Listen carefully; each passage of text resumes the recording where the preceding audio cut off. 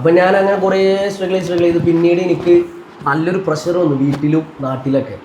അപ്പോൾ ഫോണും ഇല്ല, ഒന്നുമില്ല. അപ്പോൾ ഒരു ഐഫോൺ വാങ്ങണമെന്നുള്ള പൈസക്ക് വേണ്ടിയിട്ട് ഞാൻ കൊച്ചിയിലോട്ട് സെക്യൂരിറ്റി ആയിട്ട് പോയി.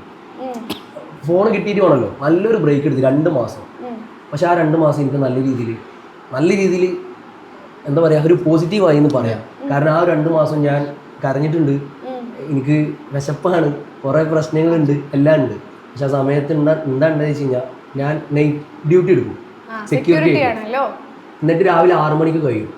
6 മണിക്ക് കഴിഞ്ഞ് കഴിഞ്ഞാൽ ഞാൻ കുറച്ച് നേരം ഉറങ്ങും, ചില ദിവസം ഉറങ്ങൂല. എന്നിട്ട് എന്ത് ചെയ്യും, സിനിമാ സെറ്റിൽ പോയി ചാൻസ് ചെയ്യും. പിന്നെ ഞാൻ ഡയറക്ടേഴ്സിന്റെ വീട്ടിലൊക്കെ പോകും, ഉറങ്ങും. ഇന്ന് ഡ്യൂട്ടി എടുത്താൽ നാളെ ലീവ്, അങ്ങനെയൊക്കെ അഡ്ജസ്റ്റ്. അല്ലെങ്കിൽ ഇന്ന് എടുത്താൽ കുറച്ച് നേരം ഉറങ്ങിയിട്ട് കുറച്ച് നേരം പോകും. അങ്ങനെ ഞാൻ താമസിക്കുന്ന ഫ്ലാറ്റിൽ തന്നെ 2 ഡയറക്ടർമാരുണ്ടായിരുന്നു. ഞാൻ താമസിക്കുന്ന ഫ്ലാറ്റില്ല, ഞാൻ സെക്യൂരിറ്റി ജോലി ചെയ്യുന്ന അവിടുന്ന് കുറച്ച് കോൺടാക്ട്സ് കിട്ടി. അങ്ങനെ കുറച്ച് ഓഡീഷന് പോയി. കലൂര് വൈകുന്നേരം ചായ പിടിക്കാൻ പോയി കഴിഞ്ഞാൽ ഫുള്ള് സിനിമാക്കാരായിരിക്കും.